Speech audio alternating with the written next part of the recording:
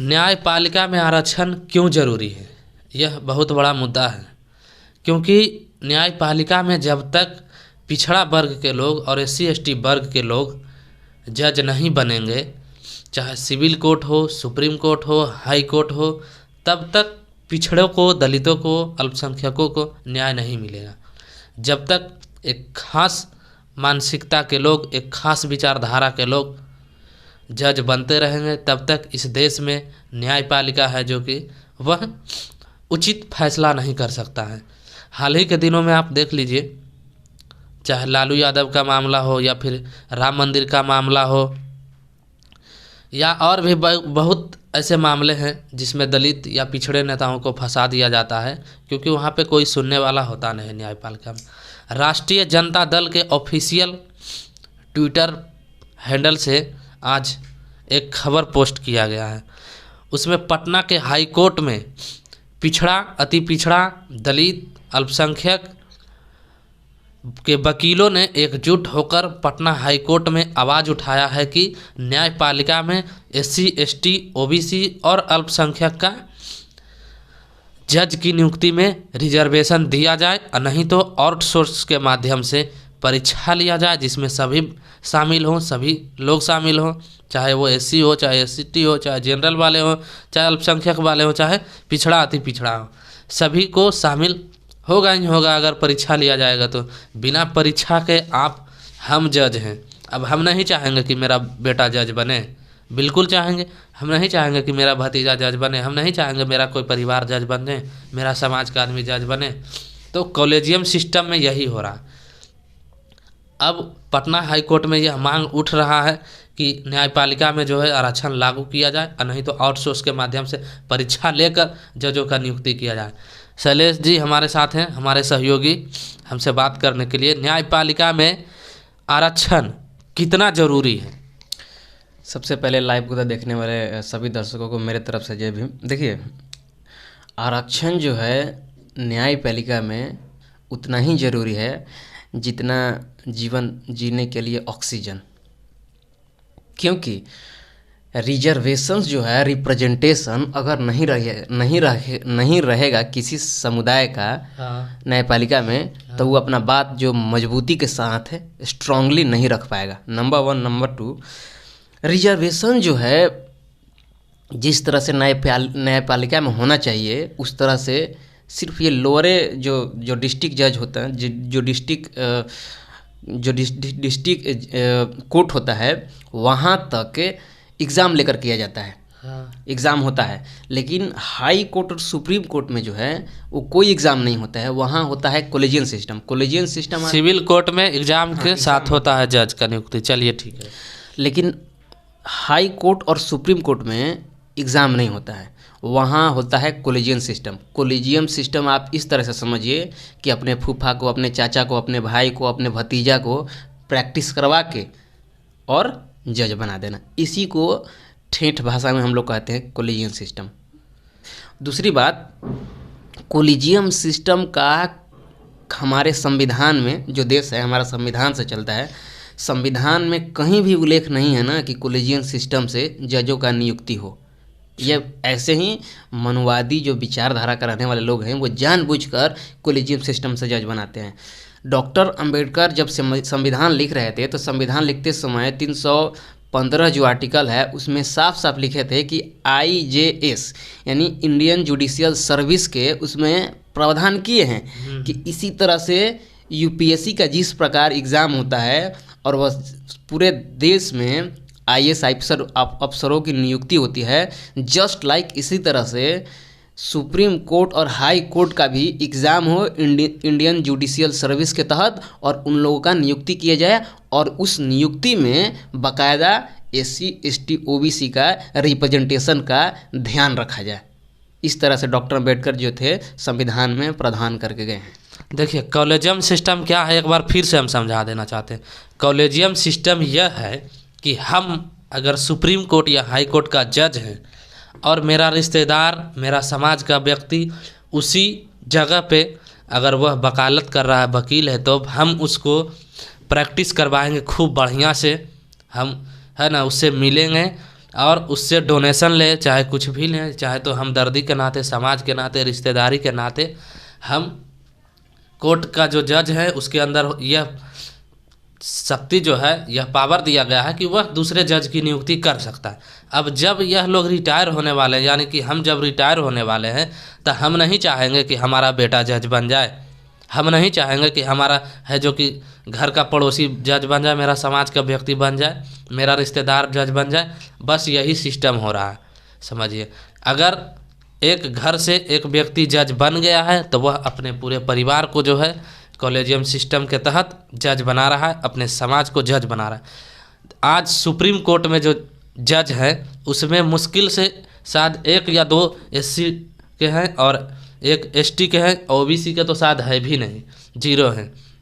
तो भी तो बहुत उन्हीं के विचारधारा रखने हाँ, हाई कोर्ट में होंगे शायद, सुप्रीम कोर्ट में जज नहीं है OBC का। तो आप समझ लीजिए कि बस यही मसला है। एक खास समाज के लोग, एक खास कैटेगरी को लोग, एक उच्च जो अपने आप को कहते हैं, है ना, वह जज बने बैठे हुए हैं। जब से भारत आज़ाद हुआ है, जब से भारत में संविधान लागू हुआ, न्यायपालिका बना है, तब से लगातार एक खास समाज का न्यायपालिका पे कब्जा बना हुआ है। मैं एक और आर्य बात कह सकता हूँ आपसे, मैं बात बताना चाहता हूँ। देखिए, जब जो सुप्रीम कोर्ट का जो न्यायाधीश होता है, मुख्य न्यायाधीश, वो जब वो रिटायर होता है तो रिटायर होने से पहले वो रिकमेंडेशन करता है प्रेसिडेंट के पास, राष्ट्रपति के पास, कि किसको जज बनाया जाए, किसको नहीं। उसमें से 5 लिस्ट भेजता है और राष्ट्रपति जो होते हैं वो चुनते हैं। और राष्ट्रपति कब चुनते हैं, वो पूछते हैं कि आप बताइए इनमें से किसको जज, मुख्य न्यायाधीश बनाया जाए सुप्रीम कोर्ट के। जब मान लीजिए हम स्वर्ण प्रवृत्ति के हम स्वर्ण मानसिकता रखने वाले हैं और हमारे लड़का भी है वहीं पे, चाहे, और दूसरी तरफ है SC ST वाले, और उनको कितना भी नॉलेज हो संविधान का, लॉ एंड ऑर्डर का, प्रैक्टिस का, तो हम चाहेंगे कि हमारी बेटा जितना तेज नहीं है, अगर और जो SC ST वाले हैं वो बहुत ज़्यादा इंटेलेक्चुअल हैं, तो हम चाहेंगे कि उनका रिकमेंडेशन राष्ट्रपति के पास भेजें। हम अपने लड़का के ना भेजेंगे कि ना भाई हमारा लड़का है, अगर हम रिकमेंडेशन कर देते हैं तो राष्ट्रपति उन्हीं को चुनेंगे।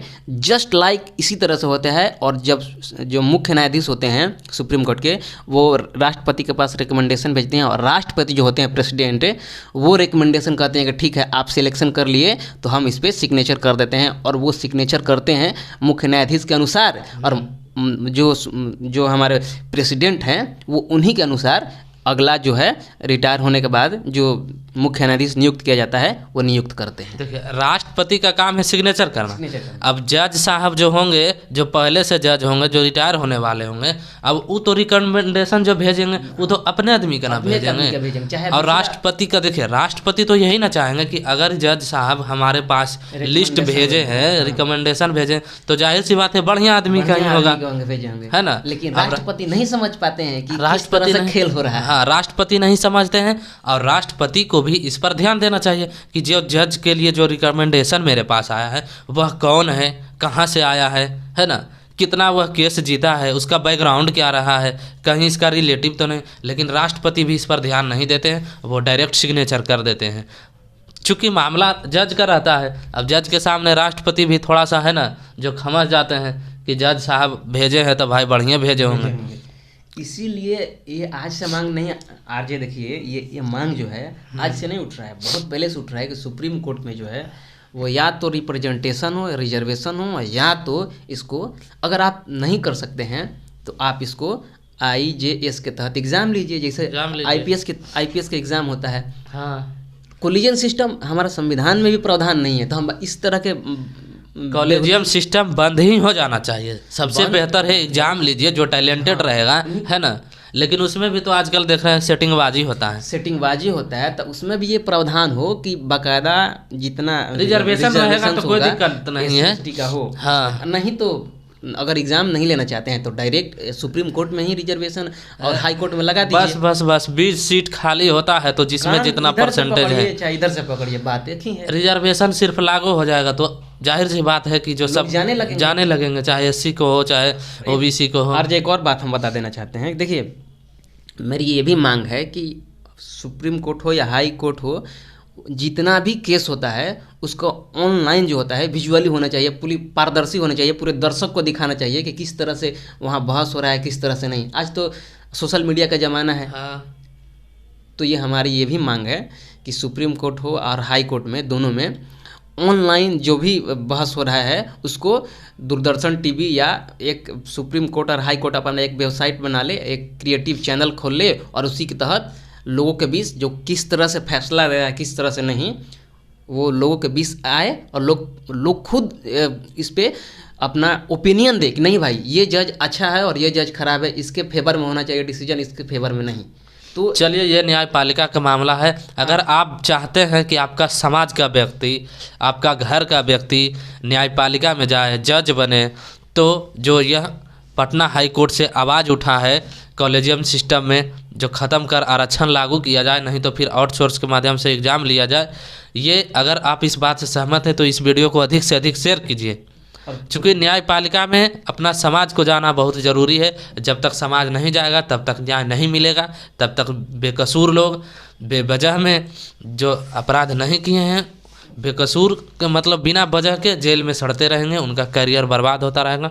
अपना समाज का जो तेज तर्रार नेता होता है, एक्टिविस्ट होता है, उसको एक साजिश के तहत फंसा दिया जाता है। अगर आप चाहते हैं कि वास्तव में आपका समाज का व्यक्ति न्यायपालिका में जाए, सुप्रीम कोर्ट का जज बने, हाई कोर्ट का जज बने, तो आप इस वीडियो को अधिक से अधिक शेयर कीजिए। और आप हमारे चैनल पर पहली बार आए तो हमारे चैनल को सब्सक्राइब कीजिए, वीडियो लाइक कीजिए, शेयर कीजिए। फेसबुक पेज पर वीडियो देख रहे हैं तो हमारे पेज को फॉलो कीजिए। जय भीम, जय भारत।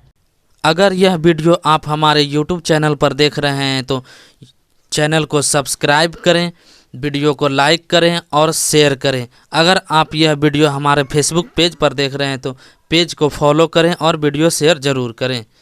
अपनी प्रतिक्रिया नीचे कमेंट बॉक्स में दें।